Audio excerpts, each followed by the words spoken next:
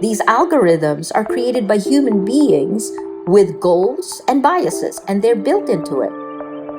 And the world that they've created has killed democracy in countries like mine, has made journalists vulnerable in ways that I've never been. I'm coming up on my 35th year as a journalist, and I've been a war zone correspondent, and I've never been in as much danger as I am today.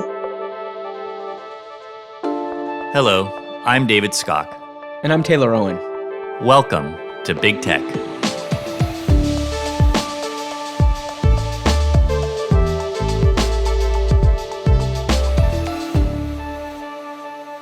Two years ago, Time magazine named a group of journalists as its Person of the Year. That group included Jamal Khashoggi, 2 Reuters reporters imprisoned in Myanmar, and the staff of the Capital Gazette newspaper in Maryland, where 5 people had been killed in the summer of 2018. Time dubbed them the Guardians in the War on Truth. Of those Guardians, 6 were murdered, and only 1 still has their freedom.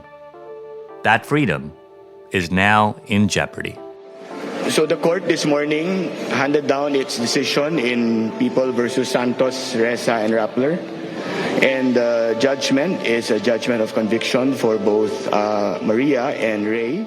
On Monday morning, Maria Ressa was convicted of cyber-libel and sentenced to a maximum of 6 years in prison. It is widely viewed as an attempt to silence her and is one of a number of charges that could see her spend the rest of her life in prison. Maria spent more than 20 years with CNN and then founded the Filipino news site Rappler in 2011. After Rodrigo Duterte took office in 2016, Rappler published a report called Propaganda War, where Maria and her colleagues alleged that the president had weaponized social media in order to sway public opinion about his government's war on drugs, a war that has led to tens of thousands of extrajudicial killings. That made Maria the target of Duterte's administration. I appeal to you, the journalists in this room, the Filipinos who are listening, to protect your rights. We are meant to be a cautionary tale. We are meant to make you afraid. We sat down with Maria 72 hours before the verdict. We talked about what this trial means for the Philippines and how the decisions that Mark Zuckerberg is making in Silicon Valley are quite literally a matter of life and death in the global south.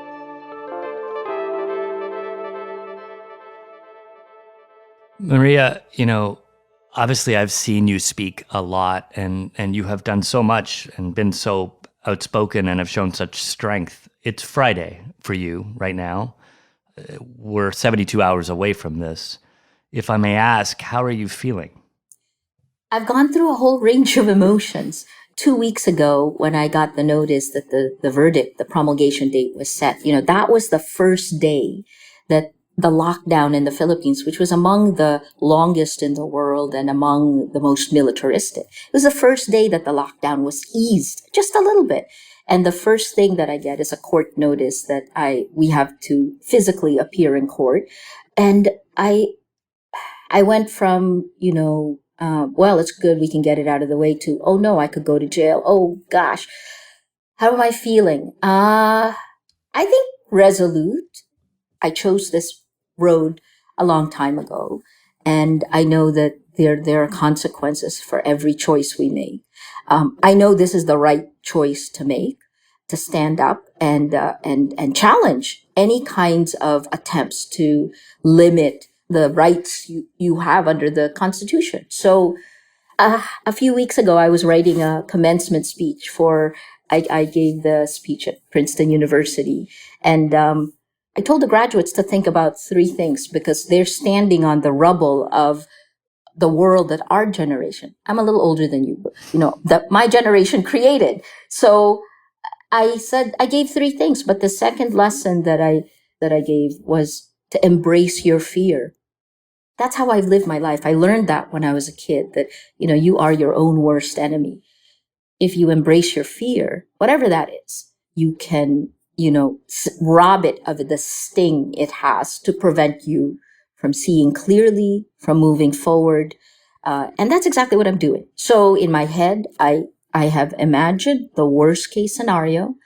And I have tried to imagine step by step what I would do. And then, when you live with this constantly, it's been 4 years of attacks, right? When you live with this constantly, and I talk about it with my co-founders in Rappler, there are four of us, we're four women, all about the same age, and it's kind of like gallows humor now. If the worst case scenario happens, if I do have to go to jail, then, I said, please, somebody has already volunteered to bring me sheets, someone will bring the fan, and someone will bring me food. So yeah, it's gallows humor, isn't it? This trial isn't just a trial about a particular incident. It's happening in a political and a media and a technology context that you've shed light on over the past 2 years. And it seems like that started with propaganda war, the report you wrote about Duterte and the way he had used the media environment and the treatment of the press and the way he'd leveraged technology to shift public opinion about him. And you called out his weaponization of social media very powerfully. Can you explain what he did and how he used the social media tools that he had access to convert public opinion? So, we've seen this happen in the Philippines, and that was in 2016 when I wrote that piece, Propaganda War, Weaponizing the Internet. And then it's part of a 3-part series. The second was how Facebook algorithms, its impact on democracy. Right. I thought, I was just horrified at what I was seeing. It was like, oh my God, this is a possibility that could really kill democracy. And it's heartbreaking to see it over the last few years, unchecked largely by Facebook and continuing. It is part of the dictator's playbook. What's happened, at the beginning when Facebook and social media enabled, and gave more power to voices that you wouldn't have heard. Well, that kind of power after Egypt has now been harnessed by governments. And when governments have infinite resources, they can control that landscape. So let me talk to you about what's happened in the Philippines. In the Philippines, Facebook is essentially our internet. 100% of Filipinos on the internet, you're talking about 71 million people, are on the internet and are on Facebook. Right? And what we saw was Mayor Duterte was the first politician to really use social media well and to win the presidency with it. And what happened is that they took the campaign machinery they built. They had distribution network because it's a bottom-up and a top-down approach. They divided their supporters into 4 geographic groups. And every day the campaign team would tell them, here's the message of the day, and then bottom up, the distribution network would take that message, the sky is orange, and you would then personalize that and distribute it to your network. That idea, after he took office, when the drug war began, and it is a brutal drug war with human rights estimate, tens of thousands have died in this. They then took it and expanded it. That's when it became weaponized. And it is exponentially taking a critic. If you're targeted, you will be pounced on. I was counting at least 90 hate messages per hour because at the beginning I was responding, and then all of a sudden I realized they're not interested in talking about it. This is meant to pound me to silence. So that's the first.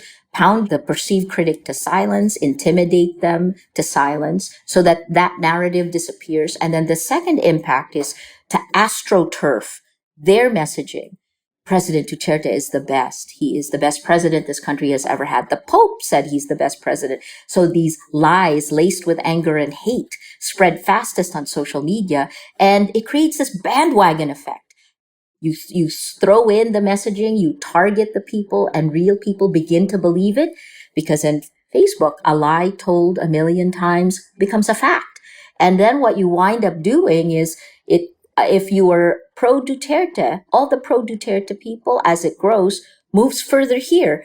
If you're anti-Duterte, as it grows, you move further here, right? We've seen this happen in every part of the world.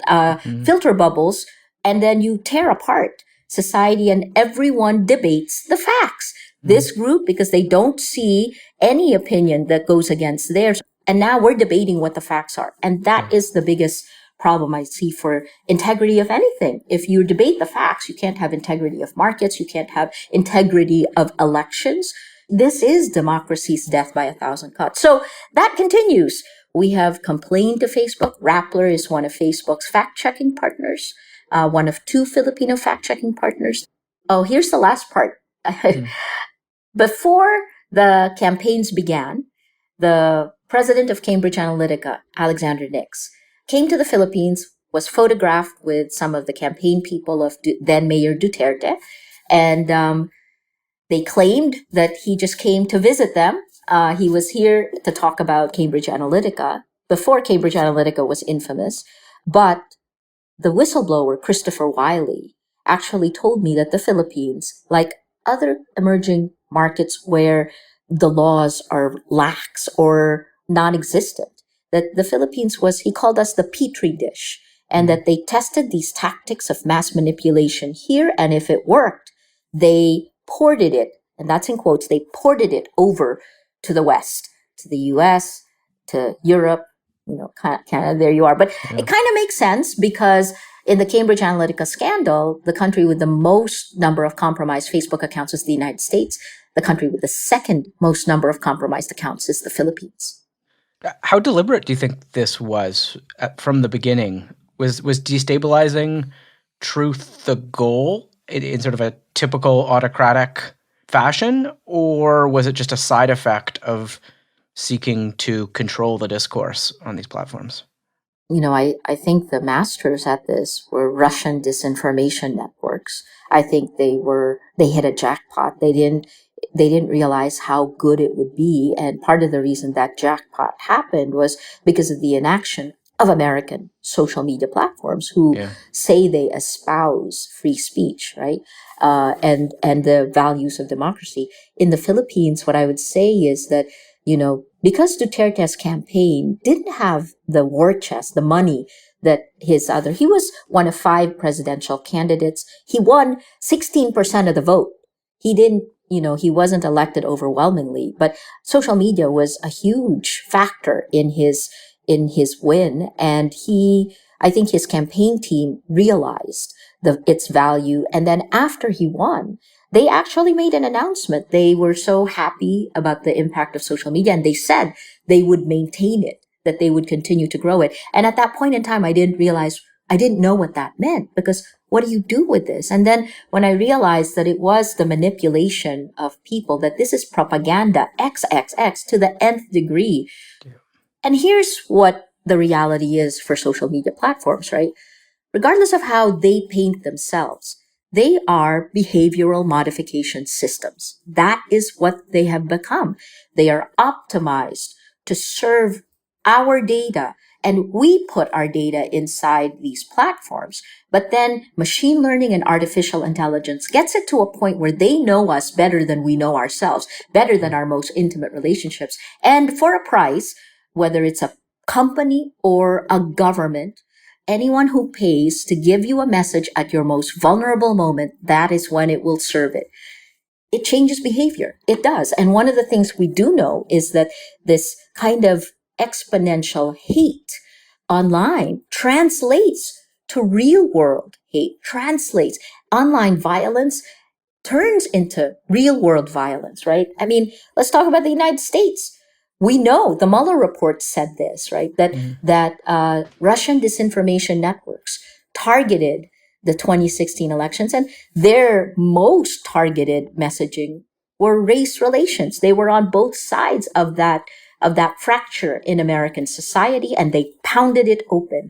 That kind of pounding has now played out in the United States in a way that I think would not have been possible without these technology and without a leader. And that's the other part that's happened all around the world. Facebook has enabled the rise of these populist authoritarian style leaders who are then able to gain more control as society gets further splintered apart, and then to use formal powers given to them by government. You hit on something that I really struggle with, which is to what degree this is a system that's being abused, a flawed system that's being abused for autocratic or illiberal reasons, or if that illiberal outcome is actually endemic to the system itself, right? That the algorithmic system, the modeling based on engagement, the incentives that are embedded in the system take us to that place almost necessarily. Do you have any thoughts on that? Are we just is the system itself designed to take us to this place? Yes, I think so. And I'll tell you the reasons why, right? First of all, the optimization. When you ask a tech person, what do you optimize for? They optimize for growth. Someone like Tristan Harris will tell you that this is by design meant to polarize society. Because let's talk about one very simple decision made by a tech person, right? And sorry, I'll be a little bit geeky here. If you think about, how they chose systems of growth, how did they choose to grow? Well, they chose to recommend friends of friends, just that one choice. And they closed the triangle. But by doing that one choice, they actually then built the polarity and the filter bubbles into the system.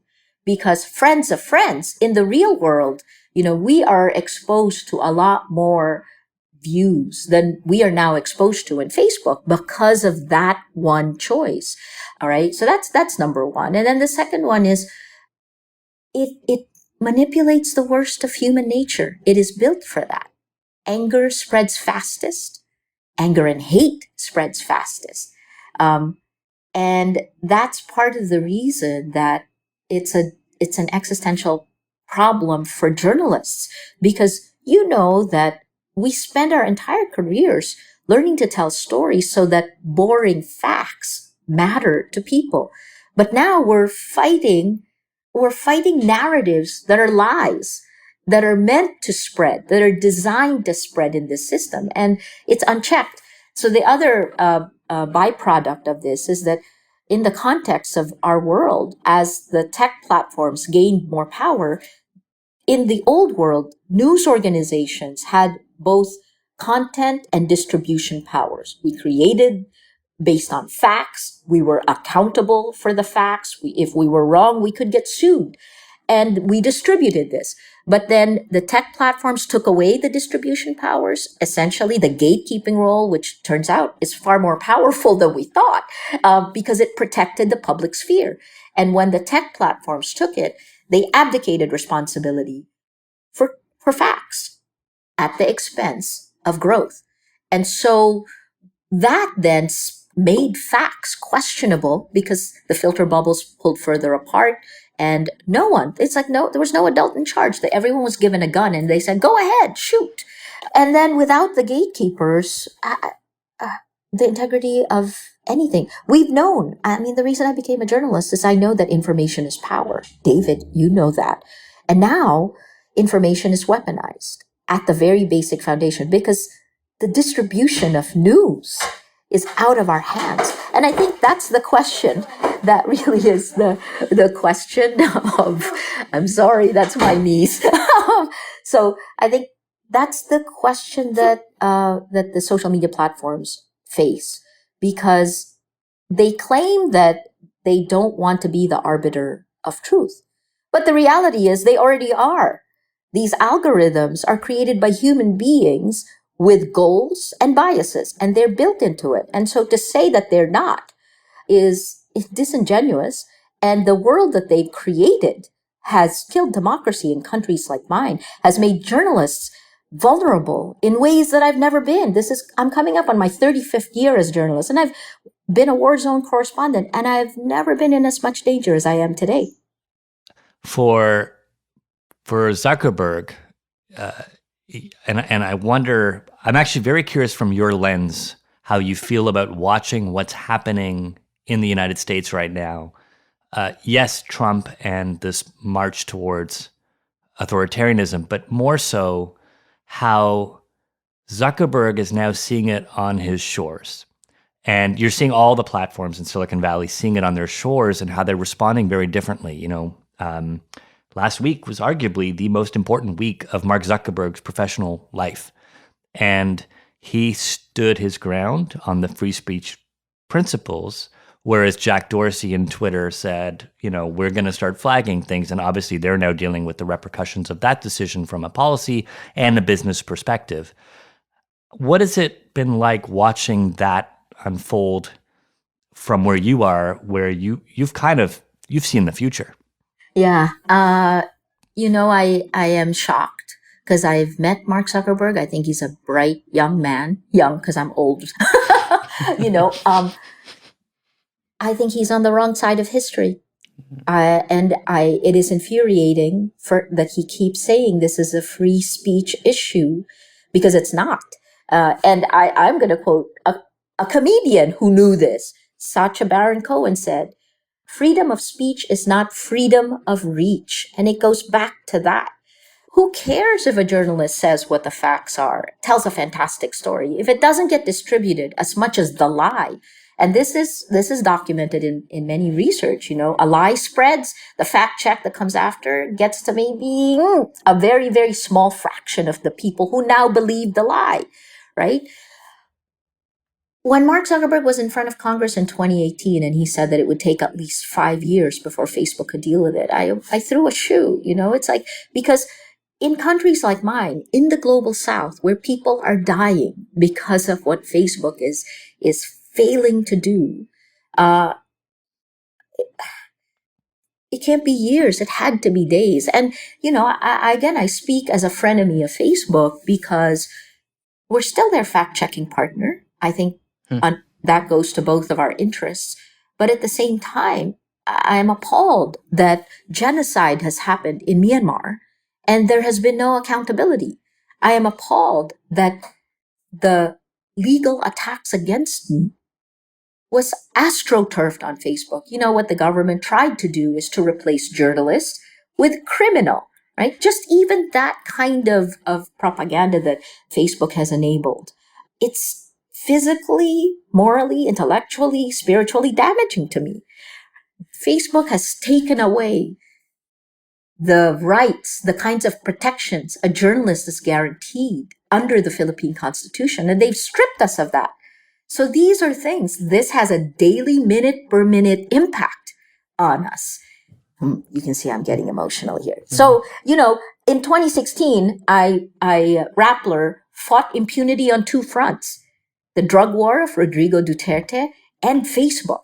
Impunity. This must stop or our democracies will die. Actually, almost everything will die. How can you have integrity of markets if you don't have facts? How can you have integrity of elections if you don't have facts? Yeah, we're starting to see employees speak out at Facebook, which is not a tech company traditionally known for that kind of thing. And I start to wonder about the fundamental business model and what their end game is. In your dealings with them, do you know what their end game is, apart from just making money? No, and I wonder about that. I actually met Mark Zuckerberg in 2017, and he's really, really bright. His agility, thought, and I at that point, so it began in the Philippines in 2016. I had hoped that they would tackle this problem the same way they tackled the move to mobile. I don't know if you remember that Facebook was a little bit late moving to mobile. And then when Mark decided we're going to go mobile, they did it in 2 years and they became market leaders. Well, I was hoping that was the way they would deal with this problem. But the kinds of the denials and it's really shocking to me because it shows either greed or a kind of tunnel vision. So here's the problem that I see. In the end, this then calls for legislation. Actually, one of the guys whose work I really loved is Jim Balsillie, a Canadian, and he called data. He said data is not the new oil; it's plutonium. So this goes back to this, right? I think that what we're seeing Facebook do is prioritize political relations above the user safety, and they have. I can appreciate the difficulties of what they're facing in the United States, and they, unlike journalists, are easily they're easily spooked. Like they did have journalists on for a little while, and then when they were accused of being against the conservatives, they took them out, right? So this doesn't help when you're a gatekeeper. You have to have a set of standards and principles. What is the mission? And I think that's one of the things I've been pushing is like, so what do you guys stand for? I asked the whistleblower, Chris Wiley, this, and he said, oh, you mean tech people? Optimization, growth. That's what we stand for. I said, okay, well, that's the problem. I do have a solution, I think.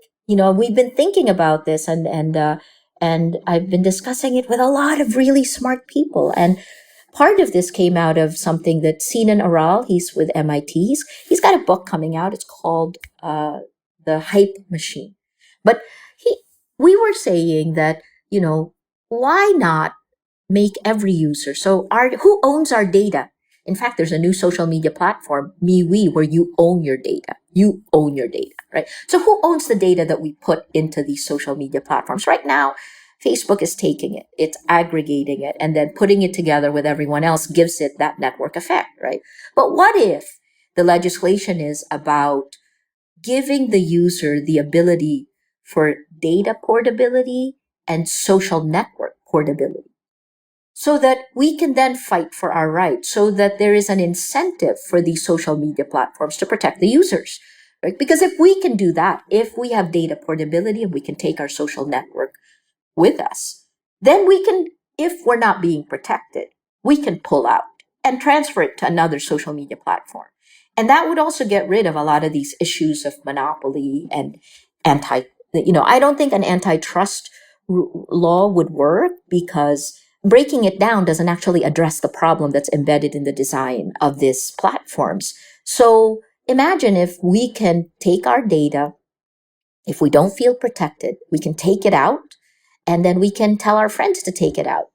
I bet you that the platforms would protect us a heck of a lot more than they do today, because every incentive they have is to continue going down this dystopian path, right? When Facebook spent more money to try to protect data privacy, the market pummeled them. And they will point that out. So I think they need a nudge. Look, I embraced Facebook. That was the foundation of the growth of Rappler. So I know it's best, and I also know it's worst. And I know that that what I hear from someone like Mark Zuckerberg, I mean, it will destroy our democracies, and it shouldn't happen that way. I don't know if you saw last week or a few days ago, Rana Forhar had a great column, I thought, saying that the objective of Facebook was power. That when you get to a company of that scale and you need consistent growth and you need powerful monopoly position to achieve that growth, you have to align yourself with political power. And that's one thing to be doing that in Western Europe or even in the United States now. But a lot of that debate ends up being very US-centric or Western-centric. And aligning oneself with power in much of the world is a very different thing, and arguably runs directly counter to some of the principles these companies supposedly were founded on. I think that's a great point. We have the data in the Philippines, right?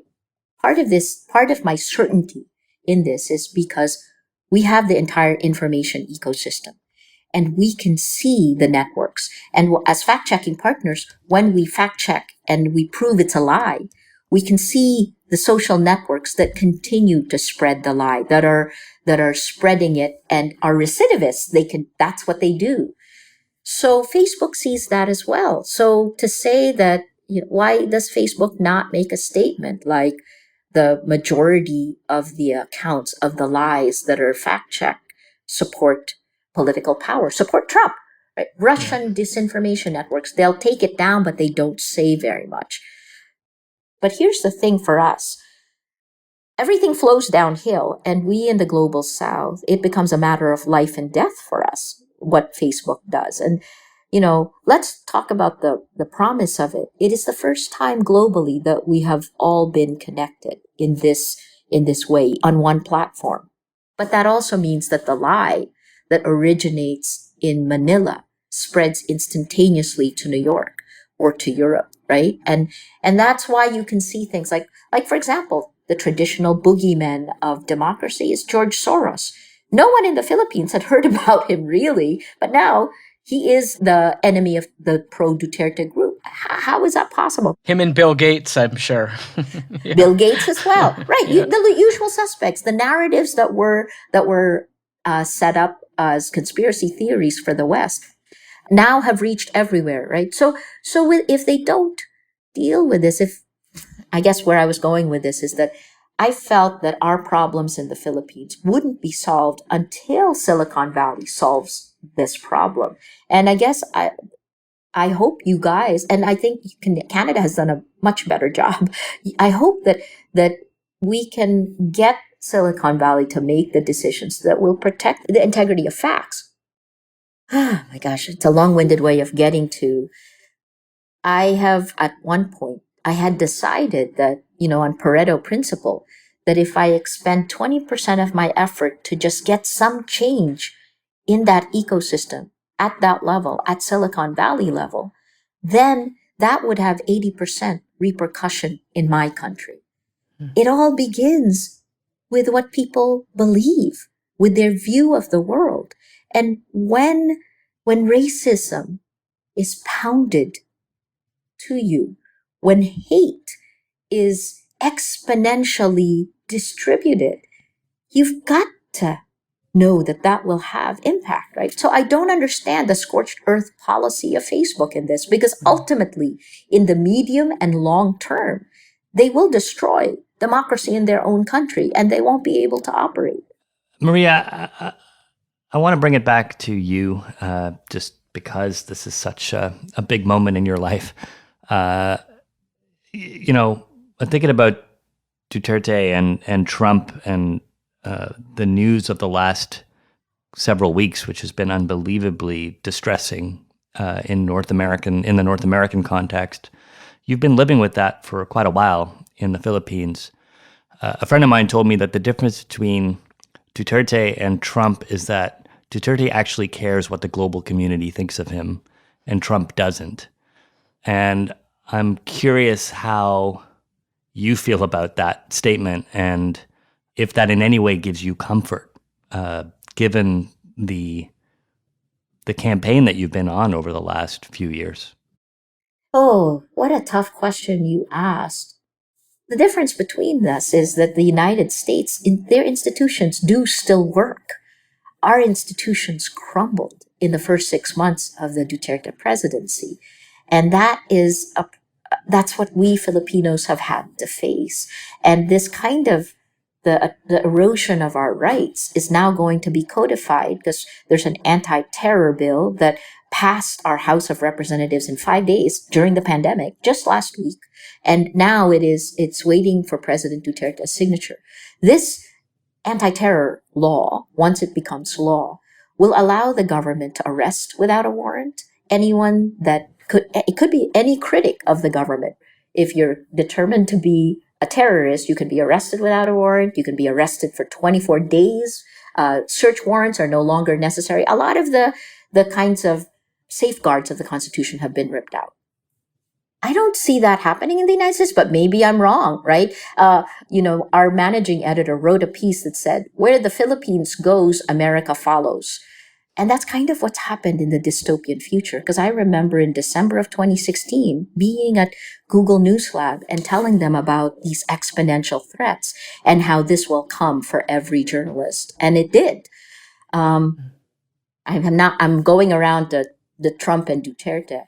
I think they have both been compared to each other. But the difference is that Duterte, while he is now the most powerful president of the Philippines, doesn't have the global power of Trump. And this is what's dangerous for the world.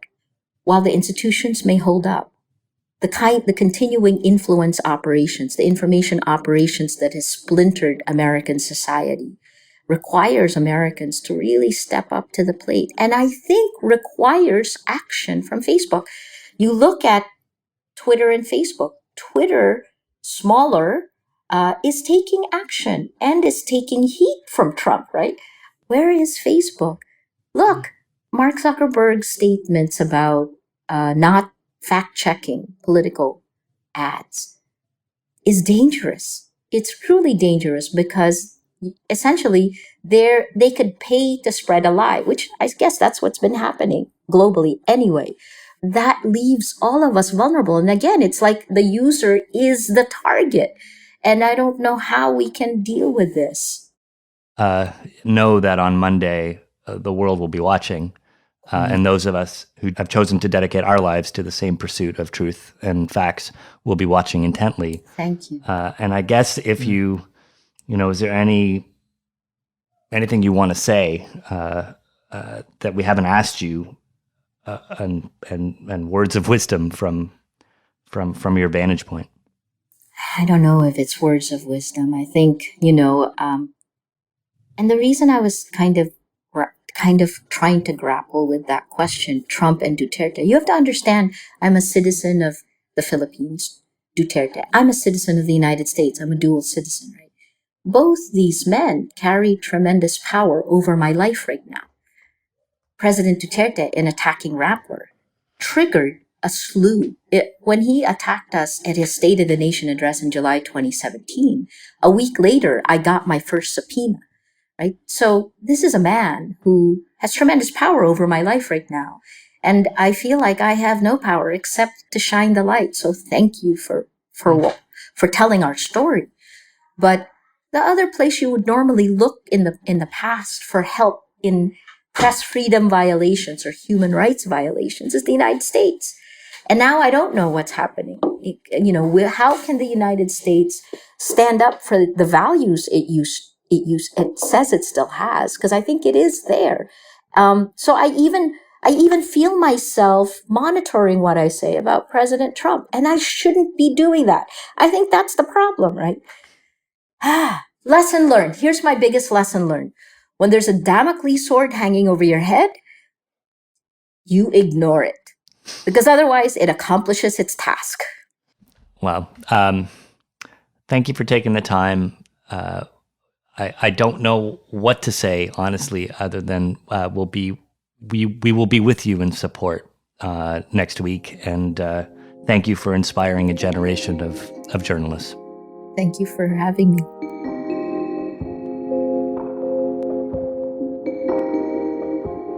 On Monday, June 15th, Maria was found guilty of cyber-libel. She is out on bail and plans to appeal the conviction.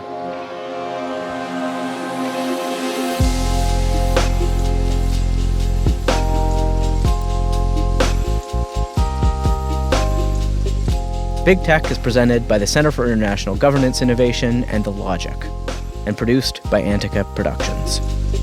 Make sure you subscribe to Big Tech on Apple Podcasts, Spotify, or wherever you get your podcasts. We release new episodes on Thursdays every other week.